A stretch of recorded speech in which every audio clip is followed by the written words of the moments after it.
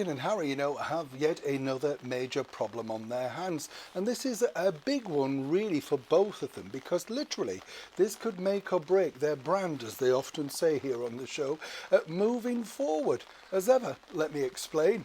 Hi, morning, how are you? Nice to have your company. We're out and about, as you can see today, and this is no green screen. I mean, you've got to listen. Raining, it has been raining all day here in the United Kingdom, so I know wherever you are in the world, you've all got your problems with floods and everything like that. Heartfelt sympathies out to you, but it just goes to show, doesn't it? You can have like a reasonable couple of days and then bam, suddenly these are the problems. Of course, some people might suggest, tenuous link coming up here, that of course it's always raining in the world of Harry and Meghan, and it's a fascinating thing to think when you do look at it in the bigger picture, because they've just had a couple of days of course out in Jamaica, all at the expense, as we told you, of the Paramount Film Studios, in a vain hope that Meghan thinks she can make some money and perhaps attach herself to that particular brand. Not sure about that, not sure about exactly where that's going to go in a brand new direction, but as we also told you, Meghan has a problem with, of course, her brand image, really all to do with the fact that she did such a disrespectful thing to our late and wonderful monarch, Queen Elizabeth II. But now it gets absolutely worse, because as she has this brand new agency doing incredibly well, some might say for her. And this is because, of course, Meghan herself now has to be sure that what she does next, the next very big move, is the right move, because on the world stage, literally everybody's going to be looking. Now, as we saw recently, some might suggest she turned down the opportunity, never had the opportunity to dance, of course, with a superstar that was John Travolta. According to a very well-placed source, and as ever we have to say allegedly, Meghan herself feels that perhaps he wasn't the most relevant in person.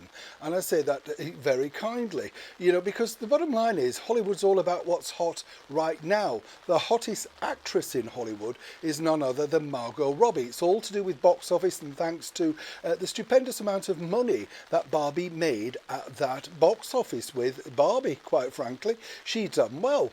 Now, of course, Meghan herself is hoping, and this is the deal, to present a prestigious award at this year's Oscar ceremony. Make no mistake about it, but this is the bigger problem.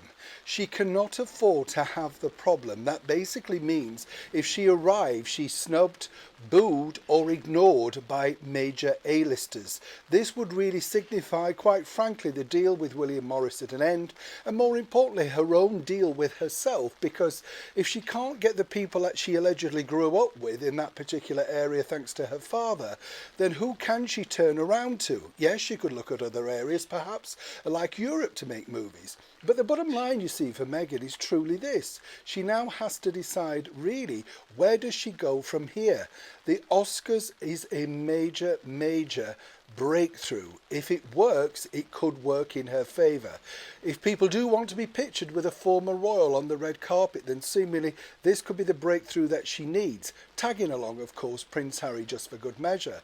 But without Prince Harry, and without people wanting to be pictured with her, and without her visiting the Vanity Fair party, this could be the biggest mistake so far of her rebranding.